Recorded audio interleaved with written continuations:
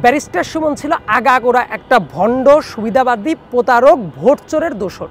যে সে ওপেন ডিবেটে আসুক আমার সাথে, তাকে আমি আঙ্গুল দিয়ে ধরে ধরে দেখায় দিব যে এই জায়গায় তার কি দোষ ছিল। দরকার হলে আপনারাই আয়োজন করেন। তো যারা যারা অনেক কথা বলছে, আমি কারণ নাম উল্লেখ যদি নাও করি, আমি এমন দালালকে চিনি যারা একটা দুইটা জায়গায় না, সেই স্বৈরাচারের হাতকে শক্তিশালী করার জন্য অজস্র ক্যাম্পেইন করে বেরিয়েছে।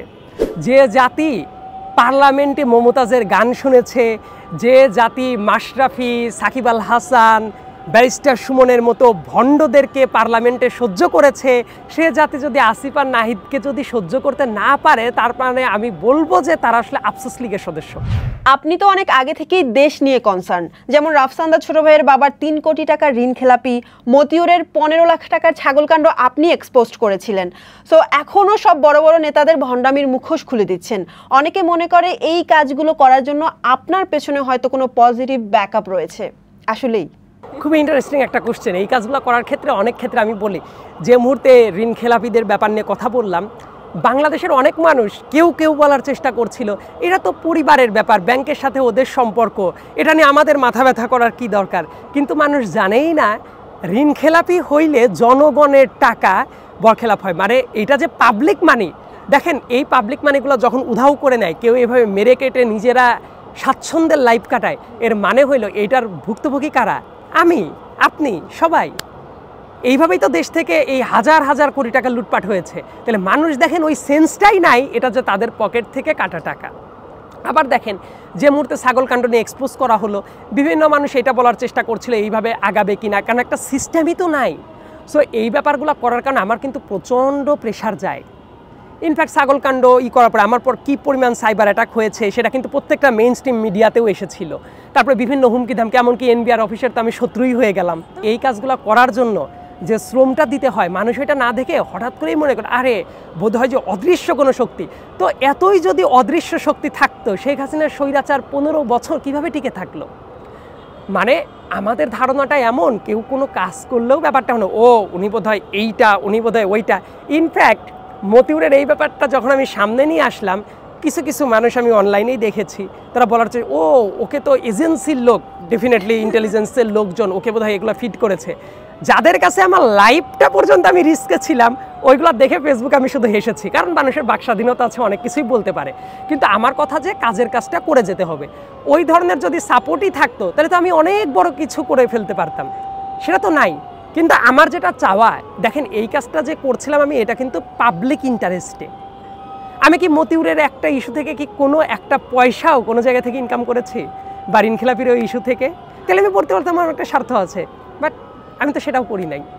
ব্যারিস্টার সুমন কয়েকদিন আগে ফেসবুক লাইভে মুখ খুলেছেন। তিনি বলেছেন, আপনাদের বুঝতে না পারা আমার ব্যর্থতা, আমিও দেশ সংস্কারের কথা সব সময় বলেছি, কোটা আন্দোলনের পক্ষেই আমি ছিলাম। আপনার কি মনে হয় নতুন কোন উদ্দেশ্য নিয়ে তিনি আবার সবার অ্যাটেনশন পেতে চাচ্ছেন? ব্যারিস্টার সুমনের লাইভের নিচে আমার একটা কমেন্ট আছে, দেখবেন ওই কমেন্টে দেখবেন কয়েক হাজার রিয়াক্ট আছে। ব্যারিস্টার সুমন ছিল আগাগোড়া একটা ভণ্ড সুবিধাবাদী প্রতারক ভোট চোরের দোসর। এই জিনিসটা অনেকে বুঝতে পেরেছে অনেক কম। আপনি মনে রাখবেন একটা ব্যাপার কি, আমাদের ভেতরে একটা গিল্ট ট্রিপ তৈরি করা হয়, একটা কনসেপ্ট, এটা নিয়ে কিন্তু আমি গত বছরই লিখেছিলাম। গিল্ট ট্রিপ ব্যাপারটা হইল অনেক দোষ আছে যেটা সরকারের, আপনাকে বোঝানো হবে এই জন্য তোমরাই দায়ী। লাইক ধরেন বন্যা যখন হয়ে যাবে, রাস্তায় যখন পানি জমবে, একটা শ্রেণী তৈরি হবে যে দেশ আমার, দোষ আমার, এই যে তুমি চিপসের প্যাকেটটা ফেলেছো তুমিই দায়ী। ইন্টারেস্টিং ব্যাপারটা হইল বন্যার পানি কেন জমে বা ঢাকার ভেতরে কেন ওয়াটার ক্লগিং হয়, এটার জন্য দায়ী চিপসের প্যাকেট ফেলা না। এটার জন্য দায়ী হলো ঢাকার আশেপাশে যত খাল ডোবানালা ছিল সব ভরাট করেছে কে? ক্ষমতাসীনরা। এই মেয়রগুলা এটাকে প্যাট্রোনাইজ করেছে, রাজুকের কর্মচারীরা দুর্নীতির জরাগ্রস্ত হয়ে টাকা খেয়ে তাদেরকে সার্টিফিকেশন দিয়েছে। প্রত্যেকটা জায়গায় যদি খাল ডোবানালা নাই থাকে, পানিটা নামবে কোথায়? আপনি ধানমন্ডির জিগাতলা থেকে শুরু করে মসজিদ যে 7 রাস্তা যেটা আছে ওইটা হেঁটে একদম যদি আপনি মোহাম্মদপুর পর্যন্ত যান, রাস্তার পাশে কতগুলো ডাস্টবিন পাবেন। আপনি একটা ময়লা, আমি অনেক ময়লা আছে রাস্তার পাশে ফেলার জন্য জায়গা পাই না, আমার পকেটে করে আমার সেই জিনিসটা নিয়ে বাসায় আসতে হয়, তারপর যখন ডাস্টবিন পাই সেটা আমি ফেলি। তো এই যে দেখেন, আপনি ডাস্টবিন দেওয়ার দায়িত্ব কি নাগরিকের ছিল? আপনি এটার জন্য ট্যাক্স দিচ্ছেন না? আপনি কিন্তু ট্যাক্স দিচ্ছেন, সব কিছু করছেন, তো তারা কি তাতে দায়িত্ব পালন করে নাকি তারা এই টাকাগুলো লুটে পুটে খায়? মানে আপনাকে বোঝাবে যে আপনার চিপসের প্যাকেটে ফেলেন জন্য এইরকম জলাবদ্ধতা হচ্ছে, ইনফ্যাক্ট সেটা 0.00001% দায়ী হইতে পারে, কিন্তু বড় বড় কারণগুলোকে আপনি কিন্তু হাইড করে ফেলছেন। এই যে গিল্ট ট্রিপ তৈরি করার একটা খুব পপুলার তত্ত্ব ছিল ব্যারিস্টার সুমনদের মতো লোক, এবং তারা যে কাজটা করতো তাদের কাজের ভেতরে আমি তো বললাম সাক্ষাৎ ইবলিসকে আপনি দায় মুক্তি দিয়ে তার আশেপাশের ছোট ছোট শয়তানদেরকে যখন আপনি বলবেন অমুকে খারাপ তমুকে খারাপ, আপনি তো পুরো সিস্টেমটাকে চেঞ্জ করতে চাচ্ছেন না। শেখ হাসিনাকে বসিয়ে রেখে দেশটা সংস্কার করা পসিবল? আচ্ছা, ব্যারিস্টার সুমনের আগের দিনেরও স্টেটমেন্ট দেখবেন শেখ হাসিনা ভুল করতে পারে না, তাকে বোঝাইলে সব করা যায়। এই টাইপ কথার মানে কি? একটা জাতির সাথে পিওরলি ফাইজলামি টাইপ কাজ কারবার। সো ব্যারিস্টার সুমন এই কাজগুলো করতে, এবং উনি যে কাজগুলো করার দরকার ছিল খুবই সেন্সিটিভ কাজ, সেই ব্যাপারগুলো নিয়ে উনি কখনোই কথা বলতেন না। উনি সেটা নিয়েই কথা বলতো যতক্ষণ পর্যন্ত কথা বললে আসল জায়গা শেখ হাসিনা এবং তার আশেপাশের বড় বড় বিগ শট যারা আছে তাদের অ্যাকাউন্টেবিলিটির বাইরে রাখা যায়। সো ব্যারিস্টার সুমনকে নিয়ে আমি অনেক আগের থেকে এক্সপোজ করেছি, তখন অনেক মানুষ বুঝে নেয়, আমাকে বলেছে আপনি করেন, আপনি কেন করলেন না, বাট হোপফুলি তারা এখন ক্লিয়ারলি বুঝতে পারে। ব্যারিস্টার সুমনকে কিন্তু আমি ওপেন চ্যালেঞ্জ জানিয়েছি যে সে একটা অনলাইন ডিবেটে আসুক। সে বলছে না যে তাকে বুঝতে পারি নাই, তাকে কিভাবে হারে হারে বুঝেছি তাকে আমি একটা ওপেন চ্যালেঞ্জ জানাই, দরকার হলে আপনারাই আয়োজন করেন যে সে ওপেন ডিবেটে আসুক আমার সাথে, তাকে আমি আঙ্গুল দিয়ে ধরে ধরে দেখাই দিব যে এই জায়গায় তার কি দোষ ছিল। সে যদি আমার প্রশ্নগুলো সদুত্তর দিতে পারে, মনে করব ঠিক আছে আমিই ভুল, ব্যারিস্টার সুমন কারেক্ট। আমি একটা ওপেন চ্যালেঞ্জ জানিয়ে দিচ্ছি। সো সুমন সাহেব যাই বলুক না কেন এখন তার ভণ্ডামির স্বরূপ মানুষ জানে, আর তার যদি এখনও মনে হয় তাকে এক্সকিউজ মানে ডিফেন্ড করবে, দেন আমি তাকে ওপেন চ্যালেঞ্জ জানাইলাম, ইউ মে অ্যারেঞ্জ। এখন বাক স্বাধীনতার উদাহরণ নিয়ে অনেকে ছাত্র সমন্বয়কদের ছোটখাটো ভুল ত্রুটি নিয়ে আলোচনা সমালোচনা করার চেষ্টা করে, যেমন সরকারি চাকরি চাইতে এসে সরকার হয়ে গেছে, ওরাও হয়তো স্বৈরাচারী আচরণ করবে কিছুদিন পরে, ইত্যাদি ইত্যাদি। আবার অনেকে মনে করছে এখন বাক স্বাধীনতারও অপব্যবহার করছে কিছু মানুষ। এই বিষয়টি আপনি কিভাবে বিশ্লেষণ করবেন?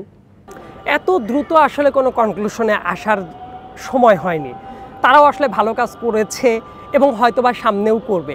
যে জাতি পার্লামেন্টে মমতাজের গান শুনেছে, যে জাতি মাশরাফি, সাকিব আল হাসান, ব্যারিস্টার সুমনের মতো ভণ্ডদেরকে পার্লামেন্টে সহ্য করেছে, যে জাতি মখা আলমগীর, ওবায়দুল কাদের, হাসান মাহমুদ, আরাফাতের মতো স্রেফ ননসেন্সদেরকে সহ্য করেছে, সে জাতি যদি আসিফ আর নাহিদকে যদি সহ্য করতে না পারে, তার মানে আমি বলবো যে তারা আসলে আফসোস লীগের সদস্য। আমি একটা নাম দিয়েছি, আফসোস লীগ, হতাশা লীগ, নিশ্চুপ লীগ। এরা 16টা বছর কোনো অন্যায়ের প্রতিবাদ করে নাই।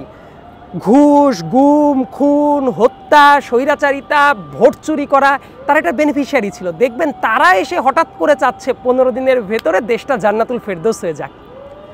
একটা জিনিসের কিন্তু সিস্টেম যখন পুরোপুরি কলাপস করে, আপনি দেখেন বাংলাদেশে কোনো ইনস্টিটিউশন ছিল, থানার সব পুলিশকে কেন পালায় যাইতে হবে স্বৈরাচারী হাসিনার পতনের সাথে সাথে? কারণ এই পুলিশ জানতো বিগত 15 বছরে যাদের নিয়োগ হয়েছে এরা ক্যাডার ছাড়া, ছাত্রলীগের ক্যাডার ছাড়া কাউকে নিয়োগ দেয় নাই, এবং তারা আসলে ইউনিফর্মের মর্যাদা না, অধিকাংশই যেটা করেছে তারা হাসিনার পারপাসটাকে সার্ভ করেছে। সো ইন দ্যাট সেন্স তারা মনে করেছে দে আর নট সেফ। এমনটা কি হওয়ার কথা ছিল? যে একজন সরকারি চাকুরে সে তো আসলে কোনো দলের পারপাস সার্ভ করে না, কিন্তু আপনি নিজে বলেন তো যে প্রত্যেকটা অফিস, অধিকাংশ মিডিয়া, প্রত্যেকটা জায়গায় এরা কাদের পারপাস সার্ভ করেছে। সো এই সিস্টেমটা যেহেতু একেবারেই কলাপস হয়ে গিয়েছে, সেই জায়গা থেকে ওভারকাম করার জন্য কিন্তু সময়টা লাগবে। আমার কাছে মনে হয় দেশের জনগণের এইটা সহযোগিতা করা উচিত। একই সাথে যারা সমন্বয়ক আছেন এবং প্রত্যেকেই আছেন, তো আমারই তো ছোট ভাই, আমারই বন্ধু, এবং একই এক্সিস্টেন্সে অনেকেই ক্লোজলি পরিচয় ছিল। আমার যেটা আশা থাকবে তারাও যাতে এই ব্যাপারটা বুঝে যে প্রত্যেকটা মানুষেরই আমরা কি করছি, প্রত্যেকটা কাজের কিন্তু একটা ফুল স্টপ, একটা ব্রেকিং পয়েন্ট থাকে। সো ওইটাকেও অতিক্রম করা উচিত না, এবং কে কতটুকুন স্বাধীনতা প্রয়োগ করবে এটাও কিন্তু বোঝাটা জরুরি। মানে কার কোথায় থামতে হয় এই সেন্সটাও থাকা উচিত। দেশের এমন পরিস্থিতিতে ইনফ্লুয়েন্সারদের মধ্যে ভেদাভেদ সৃষ্টি হয়েছে, একে অন্যকে দোষারোপ করছে। যারা ছাত্র আন্দোলনে চুপ ছিল তারা উপর মহলের চাপের কথা বলে নিজেকে নির্দোষ দাবি করছে। এখন আপনার কি বলার আছে এই বিষয়গুলো নিয়ে? তো যারা যারা অনেক কথা বলছে, আমি কারণ নাম উল্লেখ যদি নাও করি, আমি এমন দালালকে চিনি যারা একটা দুইটা জায়গায় না, সেই স্বৈরাচারের হাতকে শক্তিশালী করার জন্য অজস্র ক্যাম্পেইন করে বেরিয়েছে।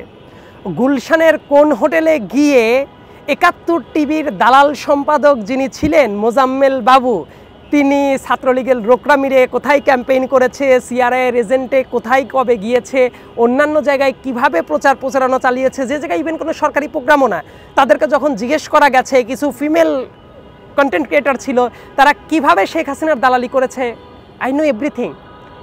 আমি কিন্তু অনেক ক্ষেত্রে যেহেতু সোশ্যাল মিডিয়া এবং বিভিন্ন কাজ নিয়ে আমার কিছু রিসার্চের জায়গাটা আছে, অনেক ক্ষেত্রে তারা এসে এখন নেকা কান্না শুরু করেছে, আমার পর থ্রেট ছিল, অমুক ছিল, তমুক ছিল।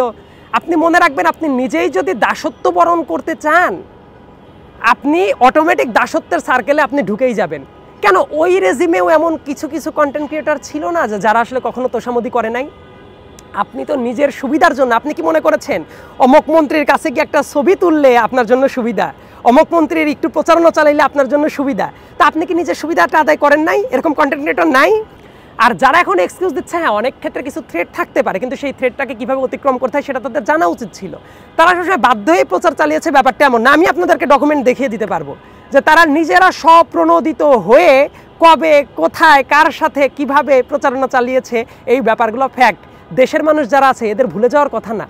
এবং এখন কিন্তু ডিজিটাল এভিডেন্স খুবই ভায়াবল থাকে, সবার কাছে প্রমাণ থাকে। কাজেই আমি চাই তারাও কাজ করুক, তারা ভুল স্বীকার করুক এবং নিজেরা ভালো কাজ করুক, সেটা আমি এক্সপেকটেশন থাকবে।